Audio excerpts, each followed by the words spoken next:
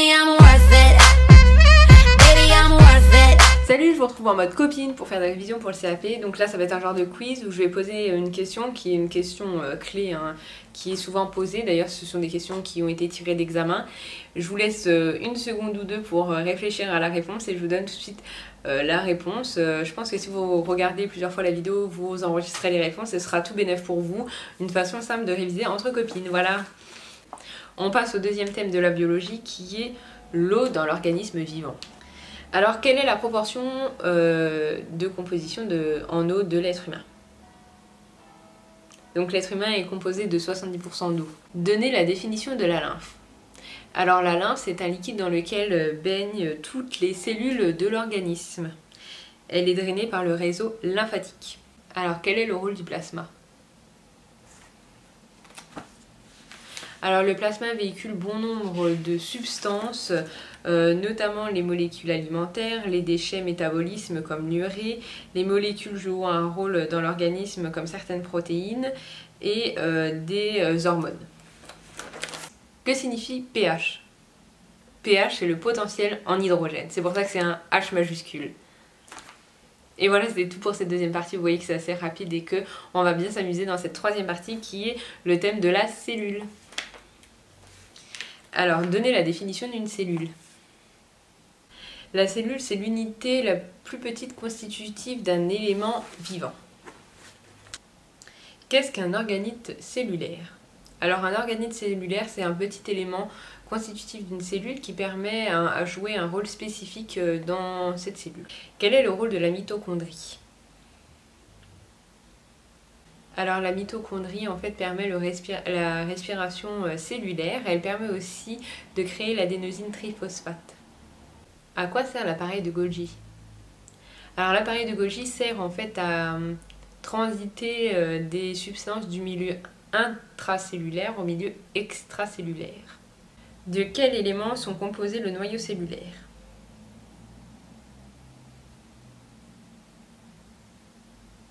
Alors le noyau est composé d'une membrane nucléaire, du nucléoplaste, du nucléole et de la chromatine qui comporte l'ADN.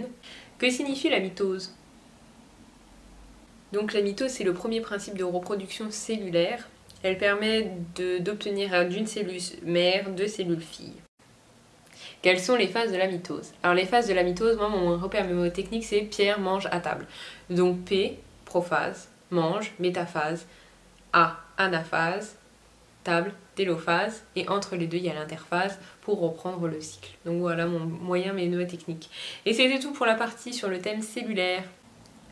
Alors il y a tout un thème sur la partie un peu neuronale que j'ai pas développé parce que c'est des longues définitions et que ce serait vraiment trop ennuyant. Donc je vous invite à réviser vos cours. Et par contre on va parler de la peau et des phanères. Des phanères, oui, et c'est vraiment important. Vous aurez forcément une coupe de peau avec un poil à savoir schématiser. Enfin, vous aurez le schéma, vous devrez identifier les légendes. Et ça, c'est vraiment important. Donc, vous aurez sans doute à déterminer l'épiderme, le derme et l'hypoderme, les glandes sébacées, sous-cutanées, les muscles, la glande sudoripare, le muscle horripilateur, la couche de cornée, le poil. Ça c'est vraiment des choses où vous devez être vraiment à 100% parce que c'est sûr que vous aurez forcément une coupe, soit une coupe de cheveux avec, comme je vous disais tout à l'heure, le cortex et la cuticule, soit une coupe de peau, une coupe histologique, et ça vous devez vraiment le savoir. J'essaierai de vous mettre là un petit schéma pour que vous voyez un peu à quoi ça ressemble, mais ça c'est sûr que vous devez le savoir par cœur. Ensuite, on va sans doute vous demander, enfin ça arrive assez régulièrement, je sais que j'ai l'impression que je dis que tout va tomber à l'examen, mais il y a forcément des choses qui reviennent assez régulièrement. Si c'est pas celui-là, ce sera l'examen prochain. En tout cas, c'est vraiment des choses très récurrentes au niveau des sujets. Et là, ça va être en fait la phase évolutive des cheveux, et ça va arriver qu'on vous demande d'expliquer la durée de vie d'un cheveu. Et là, vous devez savoir nommer les phases et expliquer ce qui se passe durant ces phases-là. Et là, c'est ce qui arrive en deuxième question. Donc, quelles sont les trois phases du cycle pilaire? Donc, au niveau du cycle pilaire, on reconnaît trois phases, hein, c'est dit dans la question. Donc, vous avez la phase anagène. Donc, c'est la phase de croissance qui dure 2 à 7 semaines. n'importe quoi. 2 à 7 ans. Donc selon les individus, donc la racine est profondément située dans le derme et remplit le follicule pileux. Elle produit des cellules qui constituent le cheveu, les cellules se multiplient petit à petit, le cheveu sort du follicule pileux, grandit en poussant vers le bas. Chaque cheveu repousse d'environ de 0,5 à 2 cm par mois. Donc en fait c'est la fois. Je pense pas que c'est aussi important de donner autant de détails. Je pense qu'au minimum vous devez être sûr de pouvoir dire que la première phase, donc c'est la phase anagène, donc qui est une phase de croissance durant laquelle le cheveu pousse, multiplie ses cellules, et cette phase peut durer de 2 à 7 ans pour un cheveu moyen, que la vitesse de pousse en moyenne, hein, c'est de 0,5 à 2 cm par mois. Ensuite, vous avez la deuxième phase, c'est la phase catagène. Donc c'est la phase dite de repos qui dure environ 1 mois. Donc le cheveu ne pousse plus, mais n'est pas encore en train de se détacher. Donc sa croissance est arrêtée, la racine cesse de produire des cellules de cheveux, ne grandit plus, mais reste bloquée dans le follicule. Donc c'est dans votre tête, voilà. Donc la phase catagène, c'est la phase dite de repos qui dure environ 1 mois, où le cheveu ne pousse plus mais n'est pas encore en train de tomber. Et donc vous avez la phase télogène, donc c'est la dernière phase qui dure quelques mois et qui touche 10 à 20% des cheveux. Donc en fait au fur et à mesure, hein, que vous en avez un certain pourcentage, donc 10 ou 20% qui tombent, vous en avez les autres poussent, hein, donc en fait ça fait un comblement pour le renouvellement de vos cheveux. Et donc le cheveu est considéré comme mort, sa taille diminue, s'éclaircit, remonte, donc vous avez comment ça s'appelle, la racine du cheveu qui va sortir du follicule pileux. Et voilà, la chute est provoquée par la pression sous celui-ci de la nouvelle racine. C'est possible aussi que sur la coupe histologique de la peau, vous ayez justement les 3 phases représentées et que vous devez savoir les remettre dans l'ordre. Donc sur la première, vous avez un bébé cheveu, mais la racine est complètement dans le bulbe qui s'appelle, il me semble... Voilà, le follicule pileux. Non, c'est pas ça. Donc vous avez le bulbe du cheveu qui reste bien ancré avec un bébé cheveu qui va s'agrandir. Dans l'autre phase, il n'y a rien qui se passe, hein. Vous avez le bulbe qui est encore rentré dans le follicule pileux mais qui n'est pas en train de pousser, donc il n'est pas en phase de croissance. Et sur le troisième schéma, vous risquez de voir un cheveu qui va tomber, donc une racine qui monte, et en dessous un petit cheveu qui pousse et qui pousse l'autre cheveu à tomber. Donc c'était ça pour les 3 phases pilaires. C'est important de savoir nommer les phases et de le reconnaître. Ensuite, c'est possible aussi que vous ayez une coupe d'ongles avec la kératine et l'ongle qui repousse. Après, moi ça j'ai pas trop vu dans les examens, mais bon, il n'y a pas grand chose à savoir, donc essayez de l'apprendre. Ensuite, on va vous demander les couches du derme. Alors soit sur le schéma comme je vous ai dit là, avec l'épiderme, le derme et l'hypoderme. Donc épiderme au-dessus, ensuite le derme et ensuite l'hypoderme. Donc ça c'est assez simple, mais ensuite il va savoir déterminer quelle couche, déjà sur le schéma, mais aussi à quoi ça correspond. Donc l'épiderme, c'est le tissu épithélial stratifié, donc qui constitue la partie superficielle de l'enveloppe cutanée, qui a essentiellement un rôle de protection. Donc c'est la première touche de peau que nous on sent, hein. Ensuite vous avez le derme qui est un tissu conjonctif qui constitue la partie intermédiaire entre l'enveloppe cutanée et intervient dans les fonctions de nutrition et du soutien de l'épiderme. Et vous avez l'hypoderme qui est aussi un tissu conjonctif adipeux, qui est la partie profonde de l'enveloppe cutanée, à la fois qui a un rôle de protection mécanique et de réserve énergétique. Là, franchement, non, je pense que c'est un peu poussé, je pense pas qu'on viendra vous titiller sur autant de détails. Alors, le kéranocyte, la définition, le rôle et la répartition. Donc là, en général, si on ne sait pas de quoi on parle, on ne sait pas quoi dire, hein, parce que vraiment, on ne peut pas trop broder là-dessus. Alors le kéranocyte, c'est la cellule principale de l'épiderme. Elle est présente dans toutes les couches de l'épiderme.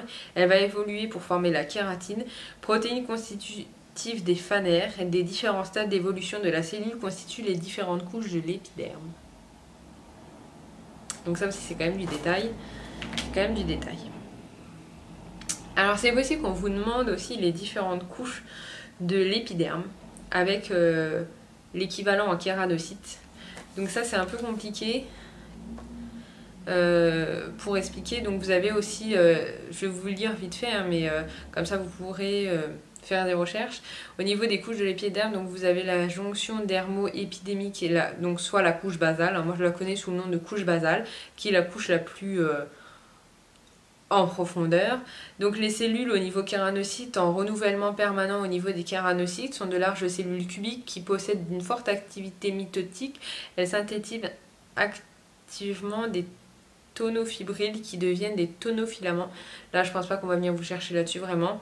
Mais je pense qu'au niveau des couches de l'épiderme, il faut savoir. Donc vous avez la couche basale, ensuite la couche du corps muqueux de Malpighi, ensuite vous avez la couche granuleuse, couche claire et couche de cornée. Ça c'est vraiment facile à savoir, c'est facile à se rappeler et je pense que c'est un peu peut-être important de le savoir. Alors le mélanocyte, rôle, définition et répartition, donc ça on en avait déjà parlé au cours d'une fiche. Donc les mélanocytes sont des cellules à grande taille qui possèdent des prolongements dentitriques. Présents au niveau de la couche basale de l'épiderme, les mélanocytes sont en moyenne répartis de la façon suivante. Un mélanocyte pour 36 kéranocytes, c'est ce qu'on appelle l'unité épidermique de mélanisation. Là, je pense aussi qu'on vous demande beaucoup de définitions. Je pense pas qu'on viendra trop vous chercher là-dessus. En tout cas, ce sera pas le nombre de points le plus important. Donc voilà. Je pense que si ça dépend toujours de votre stade d'apprentissage, mais il y a des choses qui sont plus ou moins importantes. Je pense qu'il y a des choses plus importantes que ça. Mais m'en voulez pas si vous tombez là-dessus et que vous ne le savez pas, quoi. Donc c'est pareil pour les glandes sébacées. Donc ce sont des glandes cutanées qui proviennent du derme, qui sont invaginées dans l'épiderme. Elles produisent du sébum et sont annexées par le follicule pileux. Donc la glande sébacée, on va... Peut-être c'est possible en fait qu'on vous donne les définitions. Ça c'est plus probable qu'on vous donne les définitions et que vous devez lier avec le nom. Par exemple, on va vous dire les glandes cutanées qui proviennent du derme, machin. Et là à côté vous avez les glandes sébacées et vous devez les relier. Il y a plus de chances qu'on vous demande ça que la définition vraiment du truc. Plus précise. Donc ayez vraiment l'idée de ce que c'est en gros, mais vous tracassez pas non plus à connaître toutes les définitions de ce style-là par cœur. Par contre, c'est possible que vous tombez sur en fait des coupes au niveau des glandes sudoripares, ce genre de schéma-là qu'il faudra savoir légender. Donc vous avez la glande suboripare apocrine et la glande suboripare écrine. Alors là-dessus, c'est sûr que si vous tombez là-dessus, il faut savoir faire la différence entre les deux. En tout cas, savoir annexer, vous avez vu, il n'y a pas beaucoup de légendes, donc c'est facile et les schémas sont assez simples. Donc au niveau, pour moi, des schémas à savoir légender, le plus important, ça va être la coupe histologique, là où je vous ai dit avec le derme, le poil, etc. Et ensuite celle-ci, hein, parce que si on vous pose des questions aussi, vous ne pourrez pas trop esquiver le truc en inventant des noms au hasard, quoi. Alors au niveau du système nerveux, alors qu'est-ce qu'un réflexe? Ça arrive souvent qu'on vous pose la question, notamment sur les risques du métier. Si on vous dit vous le brûlez, qu'est-ce qu'un réflexe?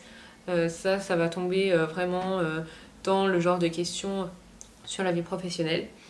Donc en fait un réflexe c'est une réaction automatique pouvant entraîner des mouvements involontaires en réponse à une stimulation. Donc la réaction est caractérisée par une ou plusieurs contractions d'ordre musculaire. Vous le voyez très bien, quand on vous brûle, vous avez le réflexe d'enlever la main. Donc c'est un réflexe involontaire de protection du corps. C'est lui qui réagit avant que votre tête n'ait eu le temps de se dire « Ah, je me brûle ». Donc voilà, c'est assez simple, mais en même temps c'est pas mal de savoir le définir, parce qu'on vous dit un réflexe, oui je sais c'est quoi, mais comment je le définis? La définition c'est ça, la réaction automatique pouvant entraîner des mouvements involontaires en réponse à une stimulation. Donc voilà. Alors après, vous avez quand même en fait les légendes sur légender le neurone. Donc vous devez savoir les dendrites, le corps cellulaire, le noyau, l'axone, le sens de propagation de l'influx nerveux et l'arborisation terminale, c'est assez simple. Vous pouvez aussi tomber sur le schéma du système circulatoire. Alors bon, et ça il faut le savoir aussi. Moi je ne vais pas rentrer là-dedans trop dans les détails parce que c'est vraiment des choses que vous devez pouvoir retrouver sur Wikipédia ou des choses comme ça. C'est pas la peine qu'on s'éternise. Ce que j'essaie de vous donner, c'est vraiment les clés plus techniques qu'on ne va pas savoir retrouver dans un flot d'informations. Donc voilà. Après, on va vous demander de savoir ce qu'est une bactérie, un virus, un antigène, un anticorps. Tout ça, c'est des petites définitions voilà, qu'il faut savoir plus ou moins. Et donc, c'est à peu près tout pour la partie biologie. J'espère que cette vidéo vous aura plu, vous aura permis de réviser. Et je vous retrouve dans une prochaine vidéo très rapidement.